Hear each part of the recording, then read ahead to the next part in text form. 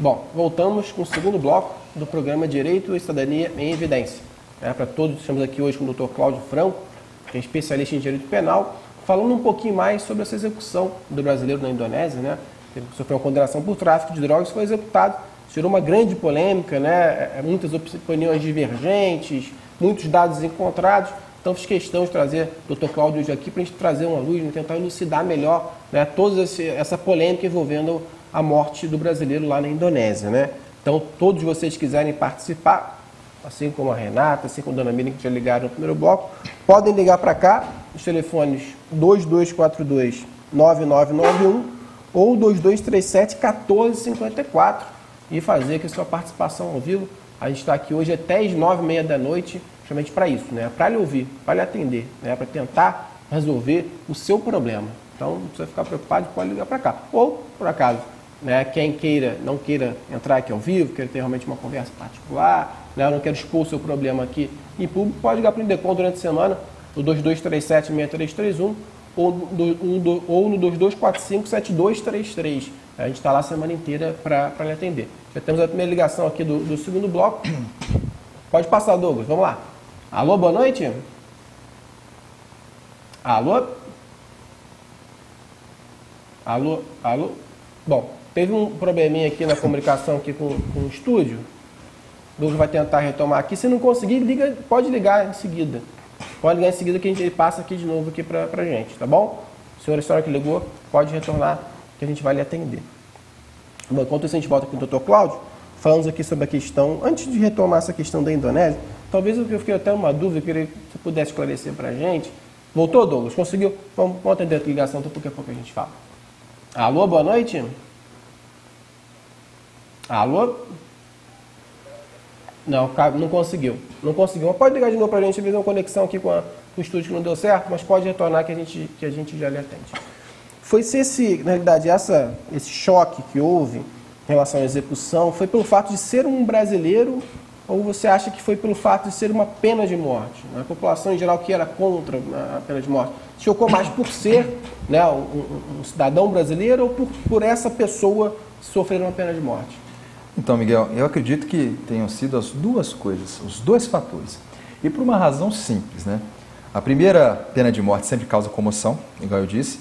É um tema que vez ou outra volta, né? Embora no Brasil parece que é uma moralidade média, né, punitivista e vingativa, onde as pessoas a princípio concordam com isso, pelo menos é o que a gente consegue perceber aí da opinião publicada.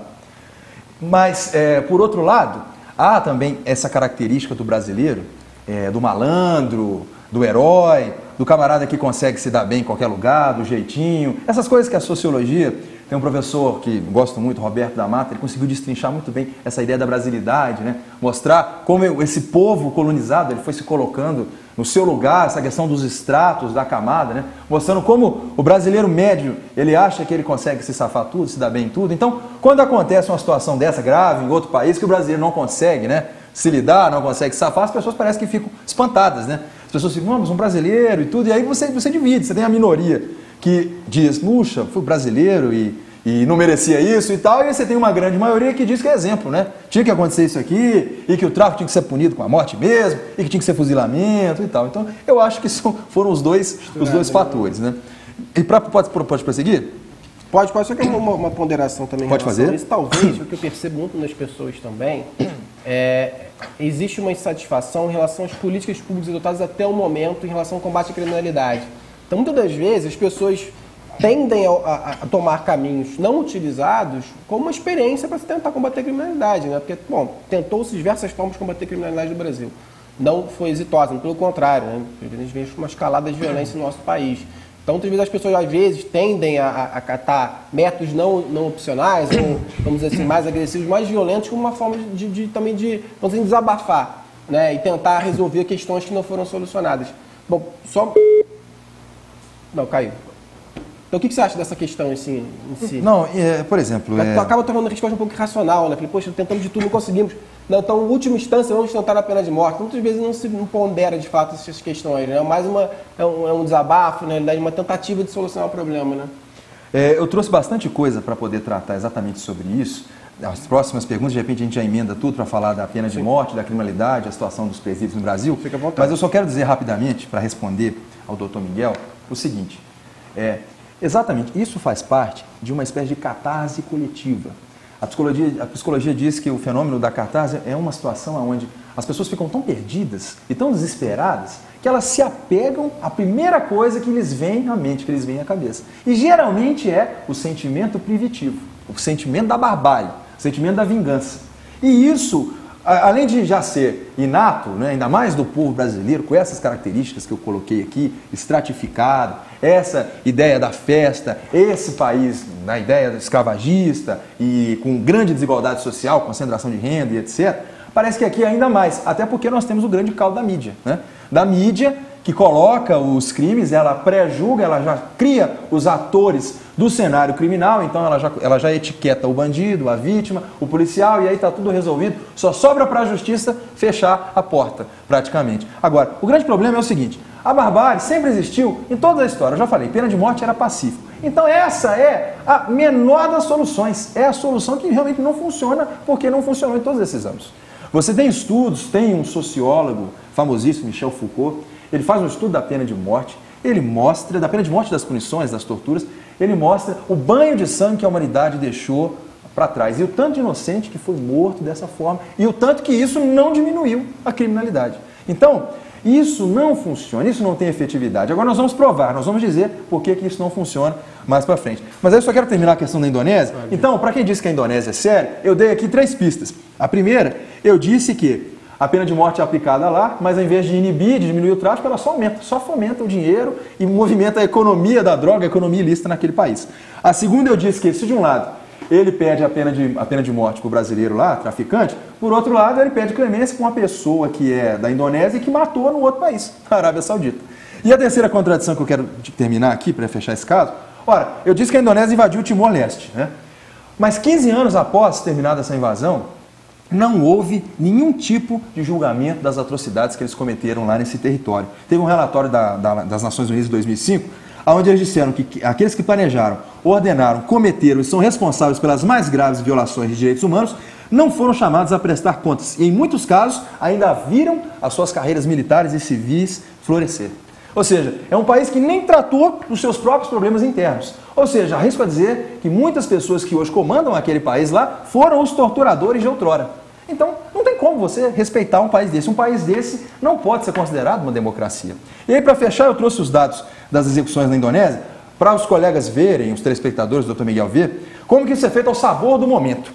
Você teve, 2007, 2008, 2007 tivemos uma execução, 2008, 10 execuções, e aí depois tivemos nenhuma execução. 2009, 2010, 2011, nenhuma execução na Indonésia, apenas 6 condenações.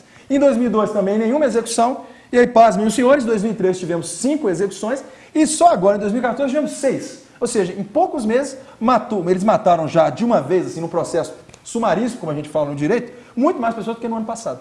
O que é isso? Compromisso populista, compromisso do governante em fazer valer a sua campanha eleitoral e dar uma resposta que, na verdade, é absolutamente não. 2013 foi um ano eleitoral na Indonésia. Tanto é que esse presidente que não aceitou o pedido de clemência brasileira é o novo presidente da Indonésia, né, que assumiu agora em 2014.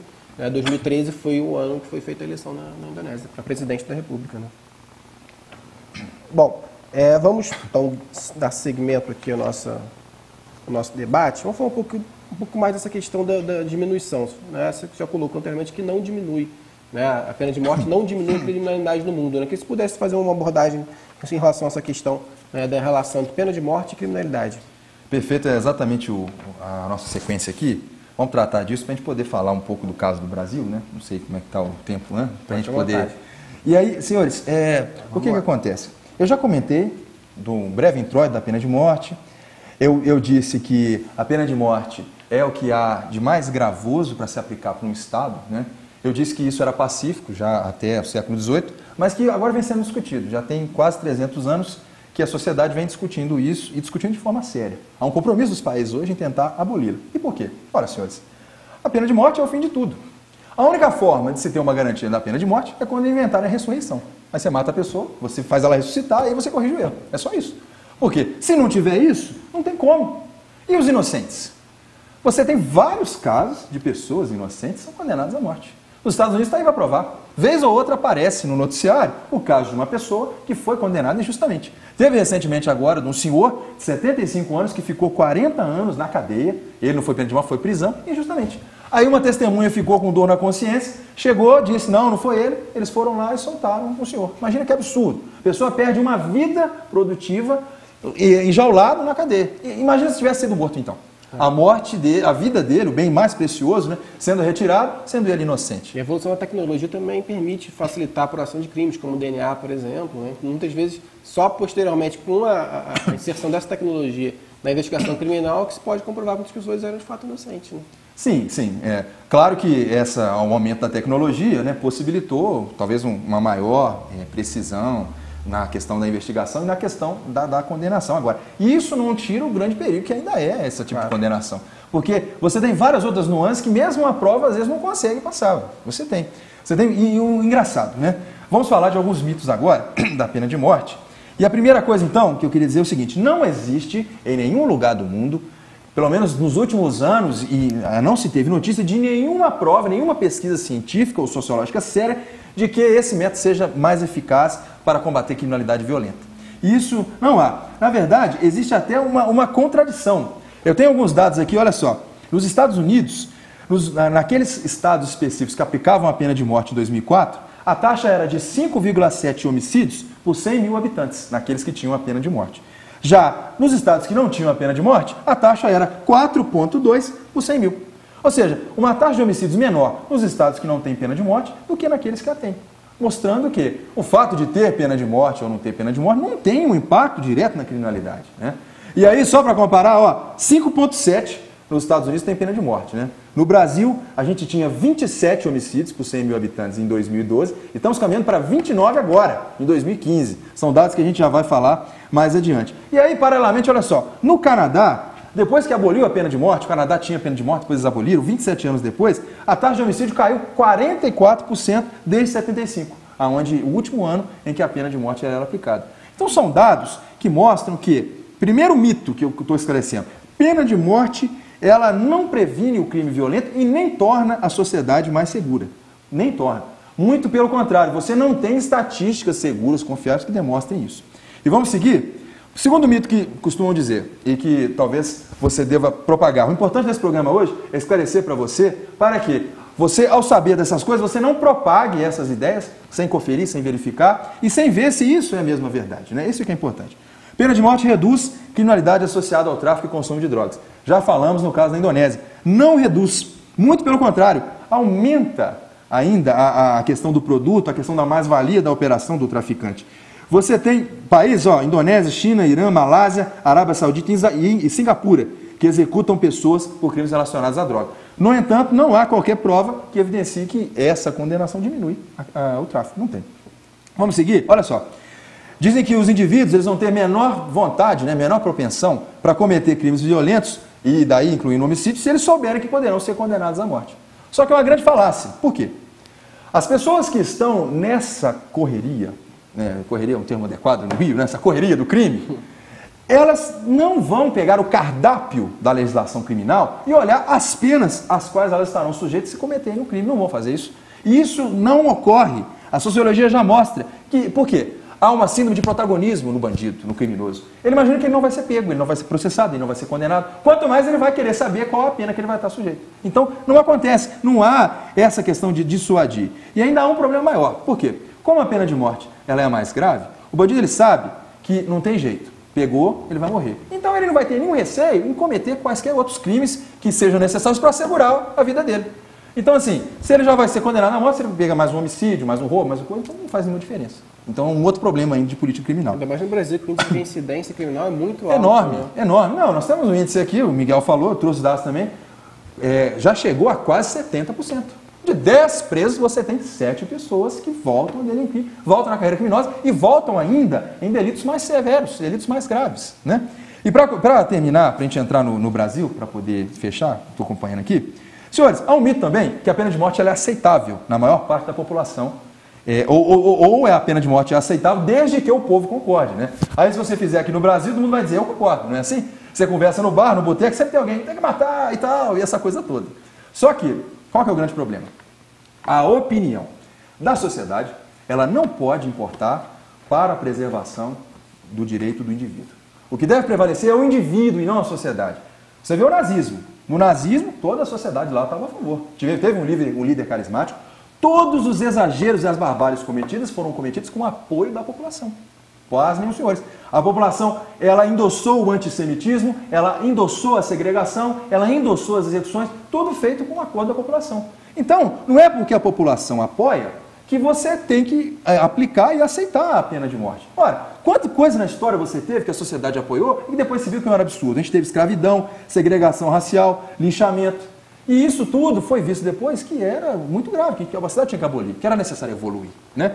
E o grande fato, senhores, é que após, o dado final que eu dou para encerrar a pena de morte, após 30 anos de pesquisa com relação a isso, a Anistia Internacional, que é um órgão vinculado às Nações Unidas, ela acredita que o apoio que a população demonstra em relação à pena capital se baseia principalmente no desejo de acabar com a criminalidade. É como nós falamos aqui.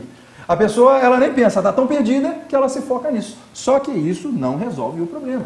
E aí eu não estou dizendo, e eu quero deixar bem claro aqui, não estou dizendo porque é uma questão de moral, uma questão de religião, uma questão cristã. Não, eu estou sendo muito pragmático. O Dr. Miguel está observando. Eu só estou dizendo que isso não funciona, que isso não resolve o problema da criminalidade. Então não faz sentido o Estado, que é um ente político, onde os compromissos são maiores, ele é impessoal, não faz sentido que ele pague o mal com o mal. O escritor Victor Hugo, é um escritor clássico, famoso, ele dizia que de olho por olho ou dente por dente, uma hora a humanidade iria ficar cega. E é exatamente assim que às vezes a gente vê a nossa sociedade. Né? Reproduzir a violência realmente acaba gerando só mais violência, né? Não pacifica a violência. Né? Isso foi uma pergunta que eu queria te fazer. Essas experiências, né, de pena de morte, ou de endurecimento da legislação criminal, ou de redução da maioridade penal, não se provaram eficazes para combater o crime, né? Não só no Brasil, mas também em experiências em outros países. Né? Qual seria o meio mais adequado, ou qual seria o meio que já foi adotado por alguma outra comunidade internacional que teve algum efeito de fato na redução da criminalidade? Então, vamos começar pela solução para depois encaixar o problema. Vamos inverter a ordem novamente. Senhores, primeira coisa que eu gostaria de enfocar é o seguinte, olha só. Direito penal, ele não serve para resolver problema social. Não serve. Não é o arcabouço jurídico mais indicado para isso e nem nunca foi. O que resolve problema social é política pública, é ação governamental, é fomento a políticas de base, é fomento à educação, é apoio a organizações, a ONGs, a empresários com iniciativas, a projetos na comunidade, a várias situações que tiram os menores das situações de risco. Enfim, ações integradas do Poder Executivo com a sociedade civil organizada que visem a dar um efeito no social. O direito penal não se presta a isso. E por que ele não se presta? Porque já na sua origem, ele nasce para conter a própria ânsia punitiva do Estado. Na teoria, a gente diz que o Estado ele tem um poder de punir, que é o jus puniente, e esse poder ele é ilimitado, porque o Estado é enorme, e o Estado é a coletividade organizada. E o cidadão é o indivíduo é um pequeno no meio do grande poder do Estado. Então o direito penal ele deve ser restrito e ele só deve ser usado nos casos mais graves. A gente tem hoje a ideia do direito penal mínimo, onde ele só é aplicado quando todos os outros direitos não conseguirem solucionar o problema. Então, senhores, você tem criminalidade, você tem problema. Colocar a legislação no mais gravoso não vai resolver. No Brasil a gente tem o que o professor Luiz Flávio Gomes chama de causalidade mágica.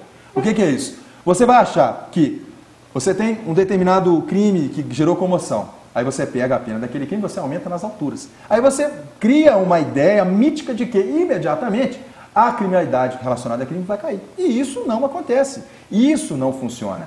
Por quê? Nós temos no Brasil todo um caldo cultural que fomenta essa cultura da violência. E aí, o Dr. Miguel comentou da minoridade penal. Vejam, senhores, um dado importante. Apenas 0,9% dos crimes são cometidos pelos menores. 0,9% de todo o universo dos crimes. E aí, veja que são exatamente esse pequeno universo de crimes é que ganha todo o destaque da mídia. Aí é o garoto pobre da periferia, menor, que foi lá e cometeu aquele monte de atrocidades e aí aquilo fica lá na mídia. Não estou protegendo ele de nenhuma forma, não estou dizendo isso. Mas eu estou dizendo que a grande quantidade dos crimes não são dos menores, não são dos menores. Senhores, o Brasil, nesse caso, é uma discussão perdida, não tem sentido, por quê? A gente já está avançado, nós estamos já de acordo com o mundo. Trouxe uns dados aqui, vejam, senhores, a questão da responsabilidade penal, que no Brasil começa com os 12 anos, é adulta a partir dos 18, nós temos, pelo menos em 50 países, que foi feita uma análise do Instituto Avante, que é um instituto do professor Luiz Flávio Gomes, em 50 países analisados, 90% tem responsabilidade penal aos 12 anos. E mais de 80% tem responsabilidade prevista aos 18. Ou seja, o Brasil está seguindo a responsabilização do menor de acordo com o mundo. Nós não estamos inventando nada. Nós não estamos dando folga para ninguém, e muito menos para menor. Talvez você possa dizer, tudo bem, o ECA, o recolhimento 3 anos, o menor só fica 3 anos, e sai, tudo bem, podemos discutir isso. Podemos passar para 6 anos, como é em alguns países, podemos passar para 8, como é em alguns outros. Agora, você querer reduzir a maioridade penal, que além de ser cláusula pétrea, não é o caminho mais adequado, e dizer que isso vai resolver o problema, não vai, não vai. Eu estou terminando, né? Por considerações finais? Não, você quer só mais uma pergunta? Tá. Já só mudando um pouco o estilo, que eu gostaria também de saber a sua opinião. Perfeito. Eu venho falando nos últimos anos agora, nos últimos 2 anos, principalmente, sobre o julgamento do mensalão. Existia uma desconfiança da população em geral em relação ao fim desse processo. O que aconteceria no final desse processo? Porque o Brasil sempre teve esse estigma que realmente o direito penal, né, e as condenações serviam para o pobre, né, para o menos favorecido, para que ele não tivesse condição realmente de prover uma defesa jurídica adequada. E a maior parte das pessoas falavam até que, nessa expressão popular, né, ia acabar em pizza. Né, assim, acabava porque aquelas pessoas eram políticos importantes, eram presidentes de partido, eram grandes empresários, eram pessoas que tinham uma condição econômica favorável. Na maior parte das pessoas tinha essa ideia sobre a impunidade, né, que o rico no Brasil nunca seria punido, né, judicialmente. E, de fato, no final desse processo, acabou que a grande maioria dos processados realmente foram condenados. E mudou-se um pouco esse paradigma no Brasil de que só o pobre era punido, só o pobre era preso. Na realidade, talvez seja a primeira vez na história, ou poucas vezes na história da nossa sociedade brasileira, que, de fato, eles foram presos, né? Queria que você comentasse brevemente sobre essa questão. Perfeito, doutor. Vamos focar nisso agora, encaminhando já para a parte final, né? Tô certo, né? Isso, e aí eu preparei muitas coisas, mas perfeito. Eu só espero que tenha ficado claro essa ideia de que não dá para combater no porrete. Não tem essa ideia de política criminal do porrete, né? Os juristas que a gente segue, que nós estudamos, dizem que no Brasil é isso, é a política criminal do porrete. Mas isso não resolve o problema. Então, você que está na sua casa, nos acompanha, pare de dizer essas coisas, eu peço, pare de disseminar essas coisas. Pare, pense, reflita e veja se isso é o adequado, né? Até porque todos temos problemas, né? Parece que nós temos uma moral ilibada e queremos que os outros nos acompanhem quando não é bem assim.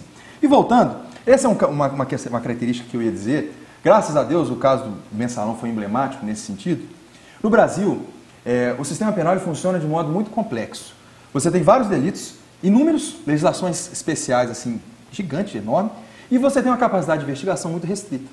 Então, o que acontece? A polícia, ela fica, assim, travada, né? A gente dizia, o pessoal da minha geração falava em tilt, né? Por quê? Você tem delitos imensos, você não tem como investigar todos, o que você vai fazer? Você seleciona.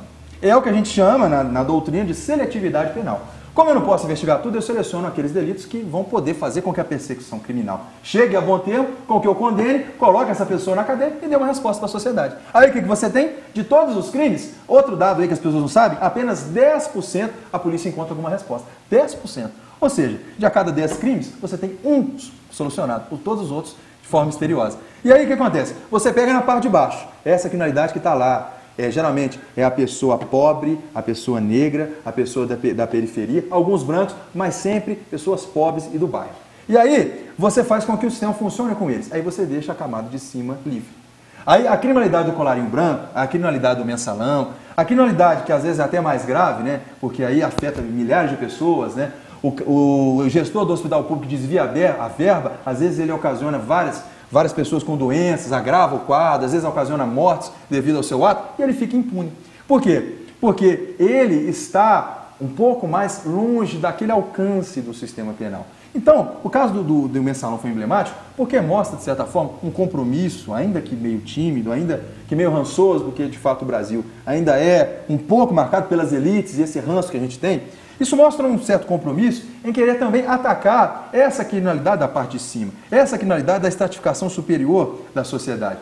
ao mostrar que as pessoas não podem estar isentas da lei, não podemos ter classes especiais de cidadãos. Não, as pessoas se submetem à mesma lei ao direito, uma questão de isonomia, uma questão de isonomia. Então, eu quero dizer o seguinte, a gente precisa caminhar e entender, e aí eu faço uma reflexão final, de que nós temos muitos problemas. Comentei com o Dr. Miguel, quando ele me convidou para o programa, que o secretário de segurança de vocês aqui desse estado do Rio de Janeiro, ele disse que o Rio vive uma nação de criminosos. Dado de novembro para cá, a polícia já prendeu mais de 4 mil presos, só de novembro para cá, mais de 4 mil. E várias prisões de armas e de carros, veículos e etc. E, em contrapartida dessas prisões, eles iam fazer algumas invasões, algumas outras UPPs e etc. E isso tudo foi suspenso. Não vão fazer porque não vai conseguir efetividade. Então, assim, está se prendendo, prende-se e não se resolve o problema. E isso que eu queria dizer. Prender, encarcerar, colocar a pessoa no presídio, essa masmorra medieval que é o presídio brasileiro, não vai resolver o problema. Índice de reincidência de 70%, várias estatísticas, inúmeras reformas penais o Brasil fez e não resolveu o problema da criminalidade. Porque, para fechar, problema social se resolve com política pública, se resolve com ação governamental, se resolve com o compromisso do governo em investir na educação. Só para terminar, é a nossa diferença com relação à Suécia, a Noruega e o Japão. Enquanto nós somos campeões de encarceramento, nós vamos caminhar agora para 2015 para 700 mil presos. 700 mil. Enquanto nós somos campeões de encarceramento, a Suécia, o Japão, a Noruega, eles estão fechando os presídios, eles estão até alugando vagas para os presídios estrangeiros. É para mostrar quais são as escolhas políticas que os países fazem. A nossa escolha política é a punição, é o encarceramento. A escolha política deles é a educação. Tá certo. Bom, hoje o programa passou rapidinho, né? Muita coisa para a gente falar, um tema super polêmico, super interessante, né? Essa questão da execução do brasileiro, da pena de morte em geral no Brasil e no mundo, né? A participação do Dr. Cláudio aqui foi muito esclarecedora, muito importante, muito interessante, né, para todos que nos acompanharam. Eu vou me despedir, agradeço novamente, Dr. Cláudio, aqui pela sua participação, espero que esteja aqui entre nós, mais, né, durante esse ano e durante várias vezes, né, para a gente poder debater outros assuntos, outros temas. Realmente foi muito boa a sua participação aqui. Agradeço também a todos que entraram em contato conosco. É sempre importante contar com a sua presença, com a sua ligação, com o seu questionamento. O problema é técnico aqui no segundo bloco, mas certamente o próximo programa já vai estar resolvido, né? Podem voltar a entrar em contato, que a gente está aqui para isso mesmo. Até porque muitas vezes eu sempre comento aqui, né, a dúvida de uma pessoa, a dúvida de tantas outras dezenas e centenas de pessoas que nos assistem, né? Então a gente faz questão da sua participação. Então fica um forte abraço a todos e até a próxima.